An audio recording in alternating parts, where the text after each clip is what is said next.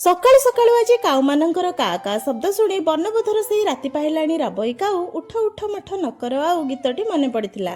ଏହି ଗୀତଟିର ମହତ୍ଵ ବୁଝି ସକାଳ 7ଟା ପୂର୍ବରୁ ଉଠି ପଡ଼ିଲି। ମୁଁ ଗୀତଟି ଠିକ୍ କହିଲି କି ଭୁଲ କହିଲି କେତେ ଜଣଙ୍କର ମନେ ଅଛି କମେଣ୍ଟ କରିକି କହିବେ। କାଉମାନଙ୍କୁ ଆଣି ଚୁଡ଼ା ଖାଇବାକୁ ଦେଲି, ତାପରେ ଆମମାନଙ୍କ ଖାଇବା ଚିନ୍ତା କରିଥିଲି।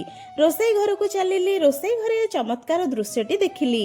ଆଜି ଚିକେନ ସେ କରିବେ ବୋଲି ଜାଣିବାକୁ ପାଇଲି ଆଉ ଖୁସିର ଶେଷ ସୀମାରେ ପହଞ୍ଚିଗଲି। ଆଜି ଯେହେତୁ ଅଫିସ ଛୁଟି ମାନେ ସଣ୍ଡେ ଅଛି, ସ୍ୱାମୀଙ୍କ ହାତରୁ ସ୍ୱାଦିଷ୍ଟ ଚିକେନ କଷା ଖାଇବାର ସୁଯୋଗ ମିଳିଛି।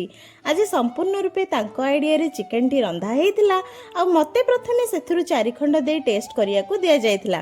ଆଉ ଏଇଠି ଚିକେନର ବାସ୍ନା ଶୁଙ୍ଗି ବିନା ନିମନ୍ତ୍ରଣରେ ଅତିଥି ଆସି ପହଞ୍ଚି ଯାଇଥିଲା, ହେଲେ ତାକୁ ତ କିଛି ଚିକେନ ମିଳିଲାନି। ଅପମାନିତ ହେଇ ଘରକୁ ଯିବାକୁ ପଡ଼ିଲା। ସ୍ୱାମୀ ମଧ୍ୟ ଟିକେ ଟେଷ୍ଟ କରି ନିଜ ମୁହଁରେ ନିଜର ପ୍ରଶଂସା ଅଜାଡ଼ି ପକାଇଲେ ଆଉ ତୋ ଜୀବନରେ ଏମିତି ଚିକେନ କରିପାରିବୁ ମୋତେ କହିଲେ। ଏତେ ଅପମାନ ସହି ସମସ୍ତଙ୍କ ପାଇଁ ବଢ଼ାବଢ଼ି କରି ଖାଇବାକୁ ଦେଲି। ଶେଷରେ ମୁଁ ଖାଇଲି। ରହିଲି, ନମସ୍କାର। ଦେଖା ହେବ ଗୋଟେ ନୂଆ ବ୍ଲଗରେ। ଜୟ ଜଗନ୍ନାଥ।